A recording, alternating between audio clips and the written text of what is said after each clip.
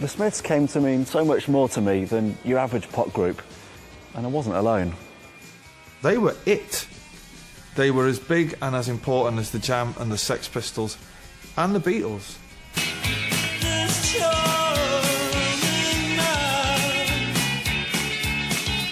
I first seen them on Top of the Pops. They were just so odd. Johnny Marr looked like this classic rock star. He had a big red semi-acoustic guitar and a turtleneck, and I was like, wow. And he had the Brian Jones hairdo. Yet Morrissey just looked like something that had never been seen before, you know, with a hearing aid and flowers hanging out of his back pocket. They just kind of exploded, didn't they?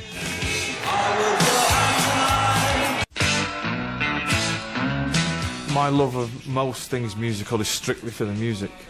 The shit going on around it, that's irrelevant to me. Morrissey was going on about poetry and vegetarianism, and, you know, Johnny was going on about the Rolling Stones and T-Rex and the Stooges, and I was like, yeah. Each household appliance is like a new science in my town. Where does Johnny Marr's guitar playing rank for you? I've seen him in the studio do things that are so simple on a guitar, yet so difficult at the same time, that does your head in. Do you know what I mean?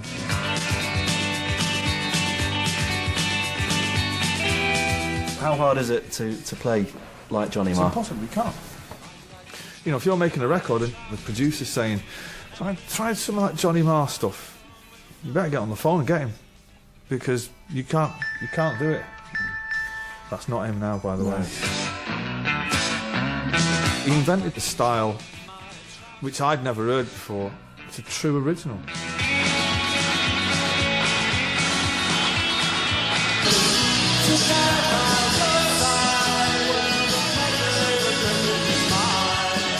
Halfway through, there's, you know, 6,000 people singing it. You're thinking, essentially, this is a song about death.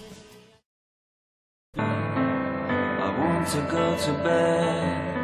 Like all the great bands, it's not something that you can sum up in one nifty sentence and say it's because of that. It's impossible. So people like you spend 30 years trying, and they probably take another 30 years. We still come back to the same thing. They were just fucking great. Sing to me, I don't want to wake up on my own anymore.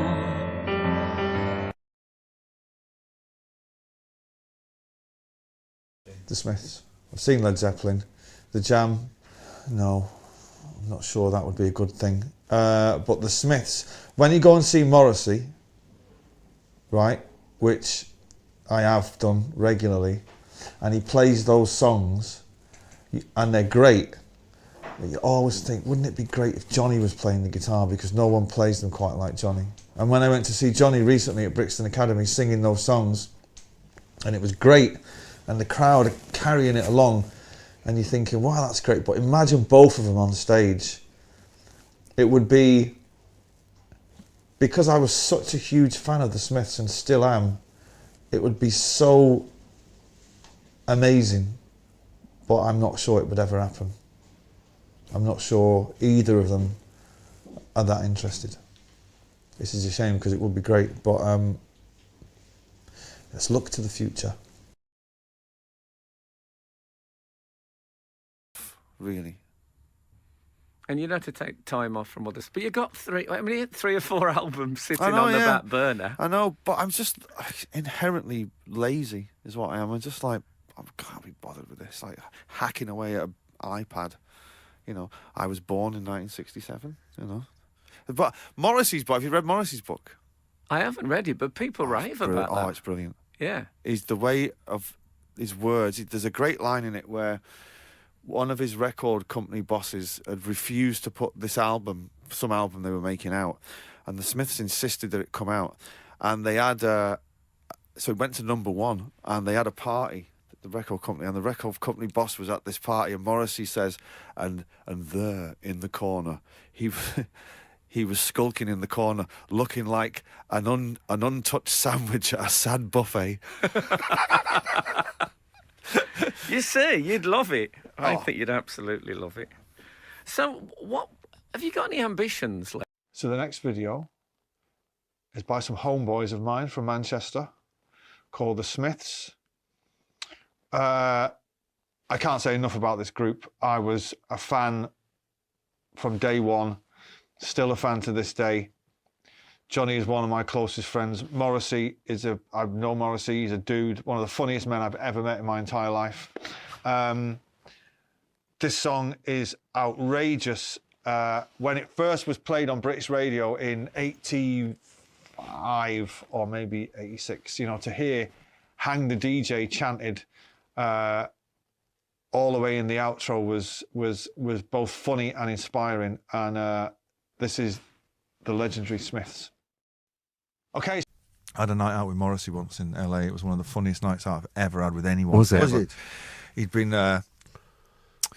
He'd cancelled a load of gigs because he had pneumonia. Right. And I was in LA and no people know him, and he said, "Oh, gonna go out for a drink, Morris?" Yeah. And he texted me saying, "Bring your credit card."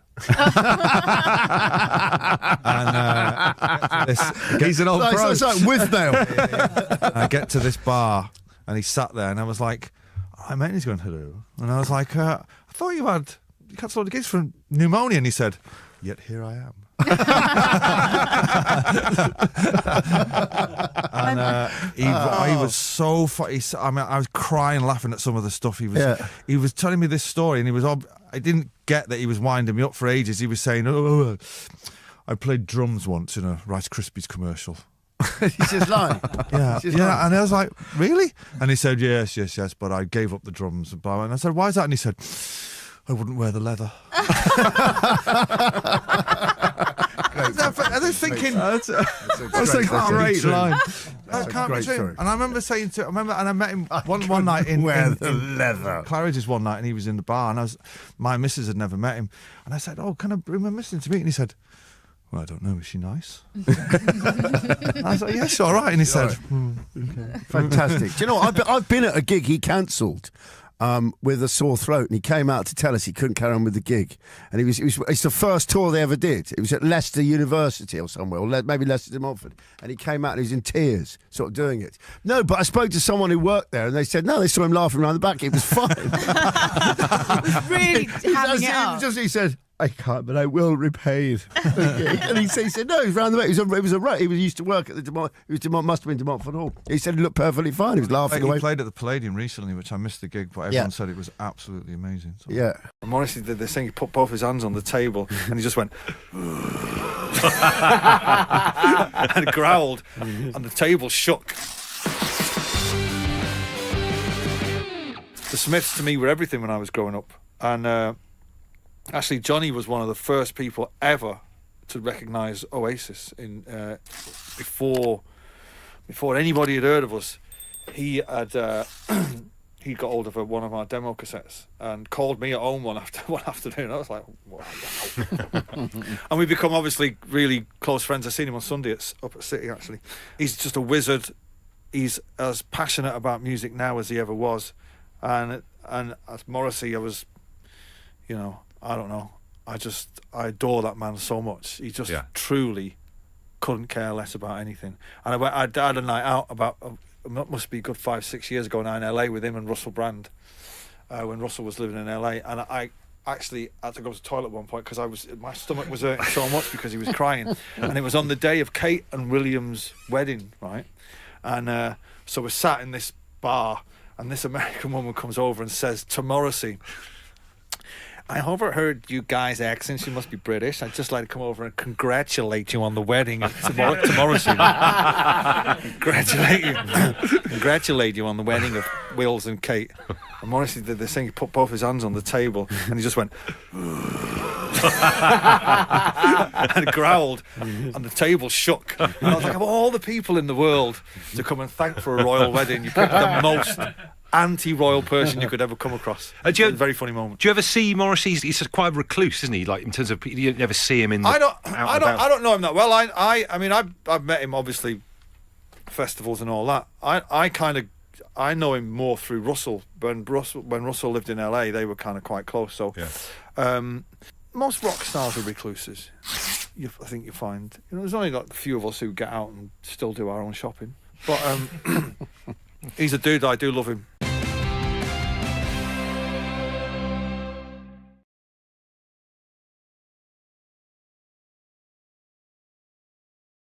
Because you mentioned we mentioned him earlier on, but there is a story. Russell Brand, Los Angeles, Noel Gallagher.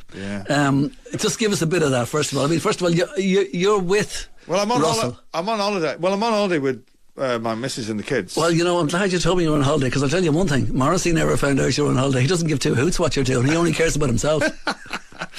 So Russell is living out there at the time, as is Morrissey, and. So I called, Russell's a friend of mine, so I called him and he was saying, I was telling Morrissey you're going to be in town, he wants to go out for a drink. And that was great. And so we go down to this English bar, and there he is. And he just cancelled a load of gigs because he had pneumonia or something. And I was like, now I've met him before. And I was like, I thought you were, I thought you were on death's door. You cancelled the gigs, and he's like, yet here I am. Yet here I am. It's so Morrissey, those five words. So anyway, we get to getting stuck into boozing, me and him, and he was with a couple of guys, and he pulls out this CD which he tells somebody to put. It's not a CD of his music; it's a CD of like a compilation CD, because the music's dreadful in this bar, and he can't.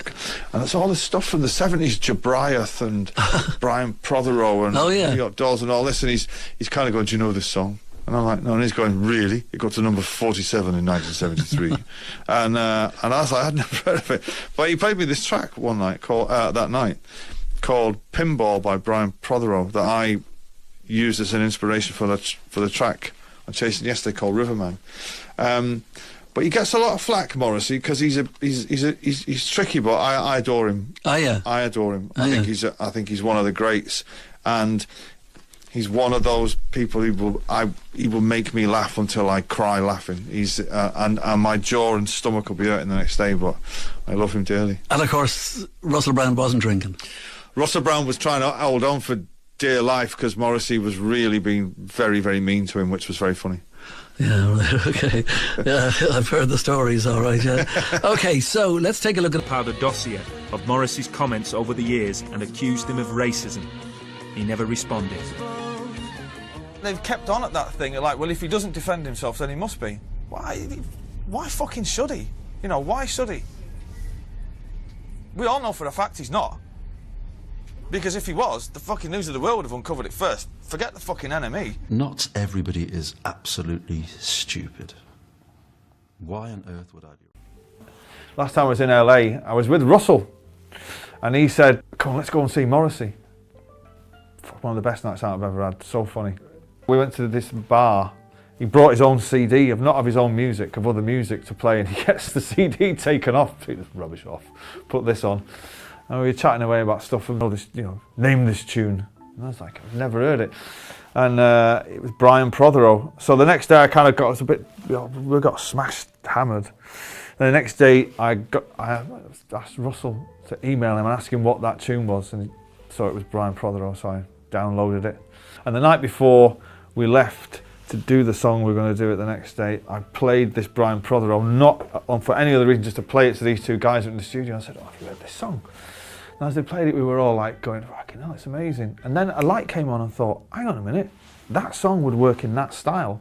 So I went home and I rewrote it. Hey presto, the magic happened. So thanks, Morrissey. You're not getting any fucking credit for it or royalties whatsoever, but thanks anyway.